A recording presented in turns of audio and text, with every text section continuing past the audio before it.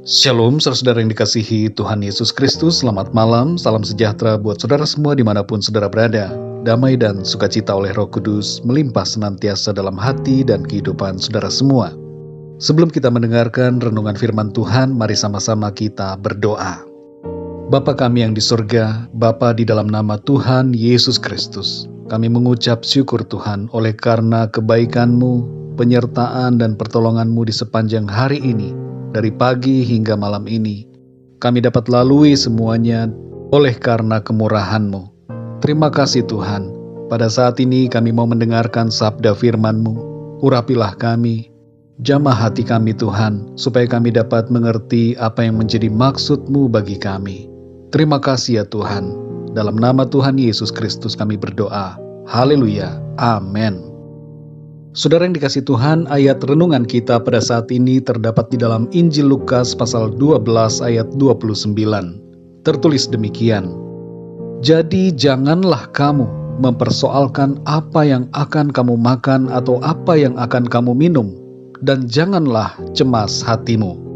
Saudara yang dikasihi Tuhan, kecemasan mempunyai berbagai bentuk, yaitu kekhawatiran, kesedihan, dan ketakutan.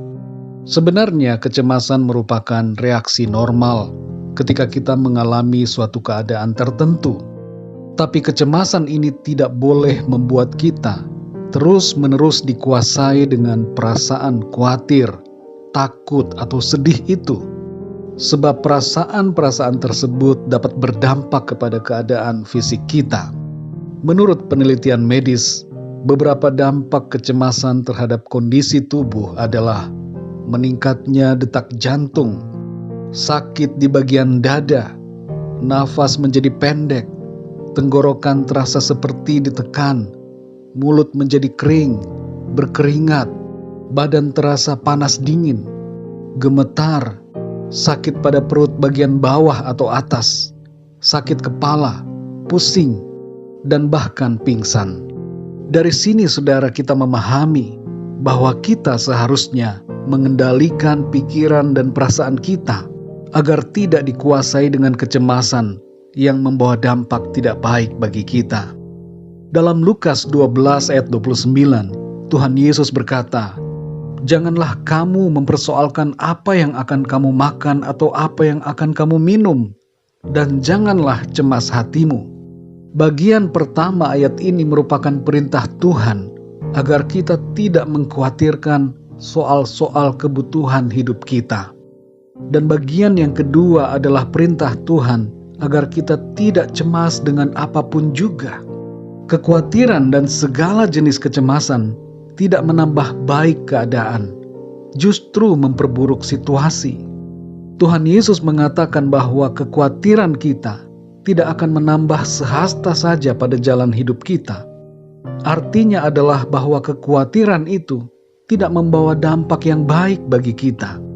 Sebagai ganti dari kecemasan, kita hendaknya memiliki sikap bersyukur, percaya, dan mengandalkan Tuhan. Hidup saudara dan saya ada dalam tangan Tuhan, maka percayakanlah semuanya kepada Tuhan. Tentu saudara, kita perlu melakukan bagian kita, tapi selebihnya kita serahkan semua kepada Tuhan yang memelihara hidup kita. Bagi setiap kita yang percaya kepada Kristus, hidup adalah Kristus dan mati adalah keuntungan. Baik hidup atau mati kita ada dalam tangan Tuhan. Maka dari itu saudara berserah penuh kepada Tuhan, bergantung kepadanya, dan andalkan Tuhan senantiasa. Percayakanlah seluruh hidup kita kepada Tuhan. Pemulihan yang pertama-tama harus terjadi dalam diri kita adalah pemulihan hati dan pikiran kita. Jangan biarkan kecemasan menguasai kita, tapi biarlah hati dan pikiran kita penuh dengan pengucapan syukur, iman, dan pengharapan akan Tuhan.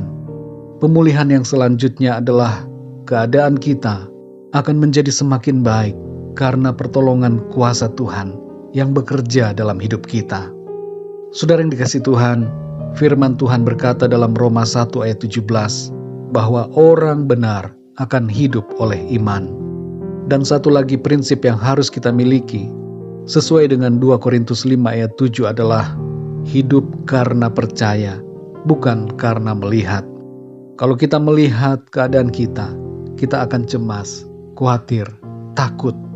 Tapi kalau kita pandang Tuhan, kita hidup dengan iman kita, maka damai sejahtera Tuhan, sukacita surgawi akan memenuhi kehidupan kita. Kuasa Tuhan bekerja dalam hidup kita yang selalu percaya dan mengandalkan Tuhan. Mari kita berdoa. Bapa kami yang di surga, Bapa, di dalam nama Tuhan Yesus Kristus, kami mengucap syukur untuk firman-Mu yang mengingatkan kami, mengajar kami untuk tidak khawatir dan tidak cemas dengan keadaan apapun juga. Sebab Tuhan, Engkau yang memelihara akan kehidupan kami, dan Engkau yang berkuasa atas segalanya. Engkau mengasihi kami dan peduli kepada kami. Itu sebabnya Tuhan, Engkau menghendaki agar kami tidak khawatir, tidak cemas, tapi percaya sepenuhnya kepadamu. Kami bersyukur ya Tuhan, oleh karena firman-Mu berkuasa dalam hidup kami. Firman-Mu membuka pikiran kami, untuk kami bersandar penuh dan bergantung hanya kepadamu. Situasi dunia boleh mengkhawatirkan, tapi kami memiliki pengharapan yang pasti dan jaminan yang teguh di dalam Engkau Tuhan. Engkau Allah yang memelihara kami dan menopang akan kehidupan kami. Engkau yang membela kami. Engkau Tuhan yang melindungi kami, memproteksi kami dari segala yang jahat. Dan Engkau Tuhan yang menyediakan bagi kami segala yang kami perlukan. Terima kasih Tuhan. Bimbing kami Tuhan, supaya kami terus melangkah, hidup dalam iman, bukan karena melihat, tapi karena percaya. Terpujilah nama-Mu Tuhan. Pada malam hari ini, kembali kami akan beristirahat. Kami mohon perlindungan-Mu atas kami. Lingkupi kami dengan kuat kuasa-Mu. Naungilah kami Tuhan dengan kasih-Mu. Berikan kami tidur yang nyenyak di sepanjang malam ini. Dan bangunkan kami kembali besok pagi dengan kekuatan baru dan tubuh yang sehat diberkati Tuhan, untuk kami pakai bagi kemuliaan nama Tuhan. Sembuhkanlah yang sakit Tuhan. Kuatkanlah yang lemah.